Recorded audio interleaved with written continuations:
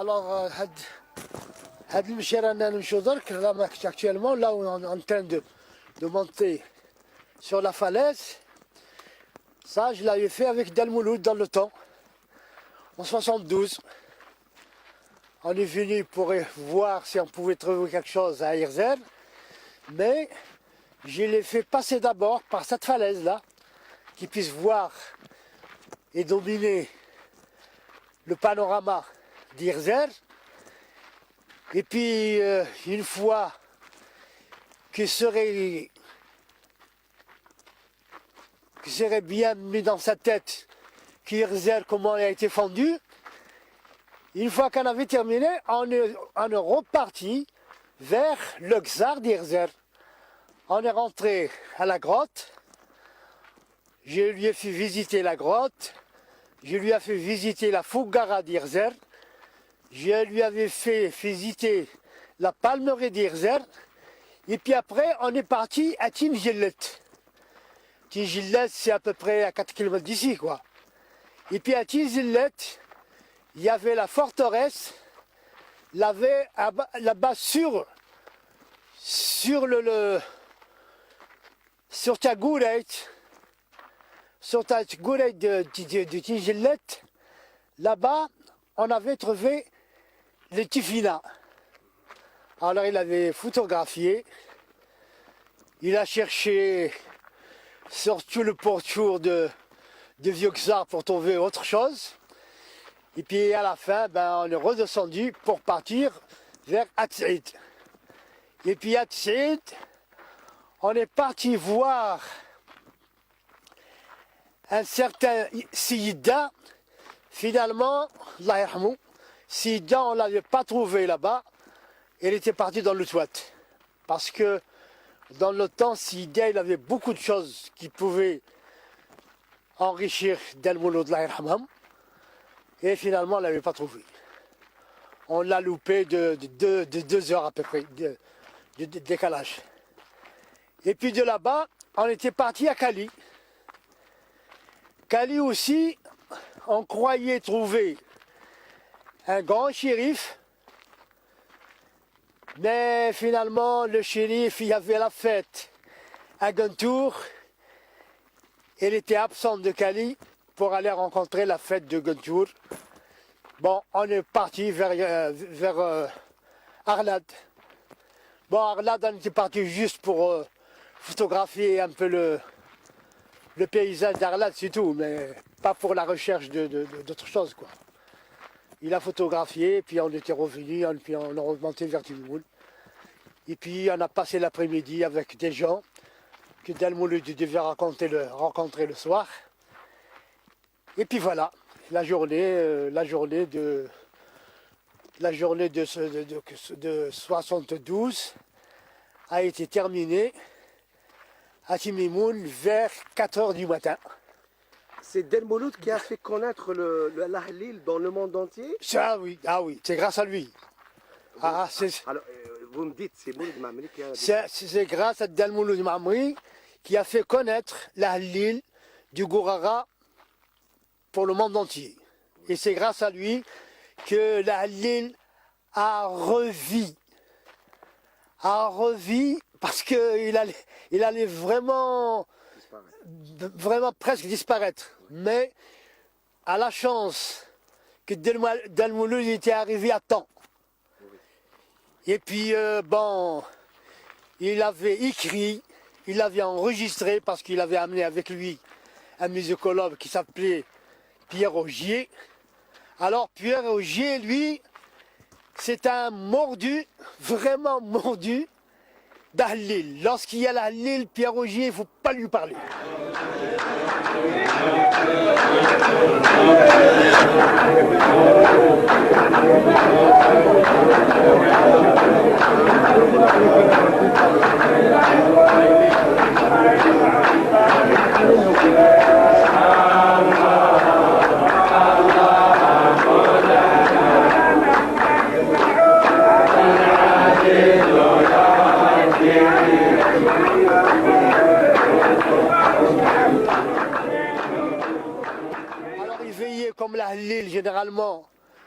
euh, ça dansait toutes les soirées, quoi, bah, à vrai dire. Toutes les soirées. Alors Pierre Rogier, tant que la Halil n'est pas fini, Pierre Rogier il est à l'intérieur des danseurs. Il est exécuté par combien de personnes, la Halil? Halil, il n'a pas de nombre. Oui. Il n'a pas de nombre. C'est-à-dire, Halil, on peut faire la Halil à 7-8 personnes, on peut faire la Halil à 1000 personnes. Oh là là. Ah oui, oui, Halil, il n'a pas de nombre. Et les chants, les thèmes abordés par la Halil? Alors, généralement, c'est des chants sacrés. Hein. Oui.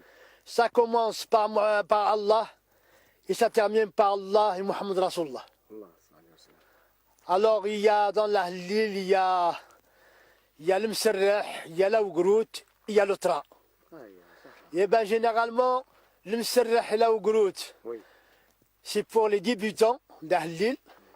Et le Mserrah, c'est pour les amoureux d'Ahlil. Parce que le Tra, c'est quelque chose de très, très spécial. Est-ce que la Halil est spécifique aux hommes seulement? Ah non, non, non, non. Généralement, Ahlil, il est mixte. D'accord. Il a été toujours mixte. Oui. Et généralement, dans le temps où j'avais vécu, les sulistes, ce n'étaient pas des hommes, c'était des femmes. Mais généralement, que ce soit dans la Halil ou dans Tagarrab, là, il y a toujours la suliste, c'est elle qui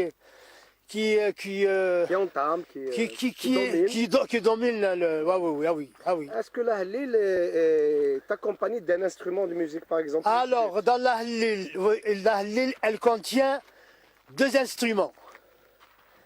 La qallal pour un petit temps et la flûte pour le début jusqu'à la fin. Aqlal, c'est quoi l'aqlal? Aqlal, c'est une grande darbouka, ce qu'on appelle chez nous Aqlal. Mais Aqlal, c'est uniquement pour 1 heure ou 3/4 d'heure pour essayer de rassembler les gens. D'accord. C'est tout. Et puis après, c'est fini, il n'y a que la flûte. Et la Halil? Alors, Tagarrabt, Ouais. Tagarrabt, il y a comme instrument, normalement, il y a 3 instruments. Il y a ce qu'on appelle le bengri. C'est une petite guitare avec 2 cordes. Ça s'appelle le bengri. Et puis il y a 3 pierres. Une pierre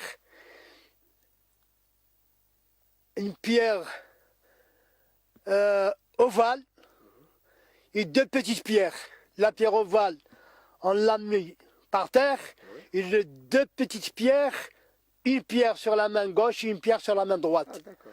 Et puis, il y a tabqait, soit taqallalt. C'est des petites darbouka. D'accord, d'accord. C'est ça les instruments de... Et la Halil peut durer combien toute la nuit? Attention. La Halil peut durer 8 jours. Oui, toujours. Ah, 8 jours. Enfin, moi je me rappelle pendant ma jeunesse, il y a des fêtes que les gens ne dorment pas pendant 7 jours. Oh là là. 8 jours, hein. Et puis en plus de ça, pour pas voir le jour, les gens mettaient une sorte de rideau tressé à l'aide de tiges de blé. C'est bien tressé. On le mit, lorsqu'on sent que le jour va bientôt monter, paf, on le déroule. Généralement, il est roulé, on le déroule et puis on le fait descendre sur la porte. Comme ça, il y aurait toujours de la lumière tamisée.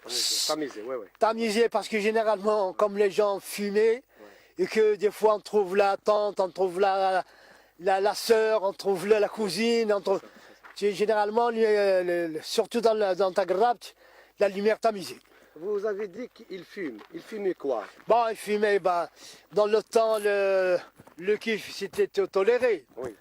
C'était comme la cigarette maintenant, quoi. Ouais, Les gens fumaient du kiff, D'accord. carrément. Est-ce que vous avez fait partie de la Halil? Vous avez chanté? J'ai chanté dans un temps, lorsqu'Halil, il avait quand même un certain respect et un certain amour parmi la population du Timimoun. C'était la seule danse et le seul chant où était aggravé dans le cœur, c'était bien la Halil. Ah oui.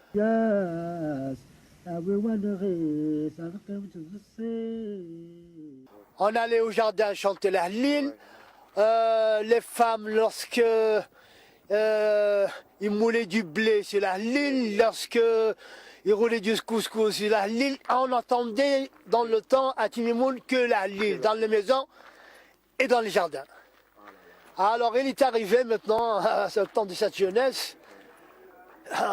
Et pourtant, maintenant, il est reconnu comme patrimoine mondial. Oui.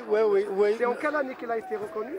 Ben, Ça fait pas longtemps, je crois. ça fait pas longtemps, ça fait à peu près 4-5 ans, quoi. 4-5 ans. Mais c'est grâce à Abdel Mouloud, hein, Amri, c'est grâce à lui. Sans lui, je crois que personne ne connaîtrait. Voilà, qui, alhamdulillah. Alhamdulillah. Quand on est sur la falaise d'Irzer, il y en a eu juste en face du marabout Sidi Abdelrahman. Le marabout Sidi Abdelrahman, c'est le marabout d'Irzer. Parce que dans chaque Ixar, dans le Gourara, il y a 1, 2 ou 3 ou 4 marabouts, soit femmes ou hommes. Oui, il y a aussi des femmes. Ah oui. Ah, il y a des femmes, il y a la Lahija, il y a la Selma, il y a la Mohra, il y a beaucoup de femmes comme marabout. La Maryam et la Dima. La Maryam et la Dima. Deux sœurs, ouais. Deux sœurs, ça c'est les filles de Sidi Moussa Messaoud. Sidi Moussa Messaoud, c'est le grand maître qui a amené la paix des conflits tribaux. Une fois que Sidi Moussa il est venu dans le Gourara, il a amené la paix sur toute la région du Gourara. Soksar n'est plus habité. Alors, le Soksar d'Irzer, il n'est pas habité. Mais les habitants d'Irzer, ils sont juste en face, la forteresse d'Irzer. Alors, à Irzer, il y a la forteresse, il y a la grotte, il y a la palmeraie et il y a la Fougara. Alors, est-ce que vous connaissez déjà la Fougara, ce que c'est? Oui. Ah, Ifli. Voilà. Confirmation. Alors, Ifli, alors, il y a des Iflis qui viennent de 25 km jusqu'à 30 km de longueur. Il y a des Iflis qui ont 15-20 km. Il y a des Iflis qui ont 10 à 12 km. Alors, ceux-là, c'est des Fougara, c'est des puits, et il y a entre les puits, il y a des galeries. Des galeries qui communiquent les avions. Alors, oui, l'un donne à l'autre. Et puis après, sur la surface, à quelques kilomètres de la surface, il faut une sorte de galerie qui donne à la surface. Et une fois arrivé à la surface, il prépare ce qu'on appelle tarsrit. Alors tarsrit, qu'est-ce que c'est?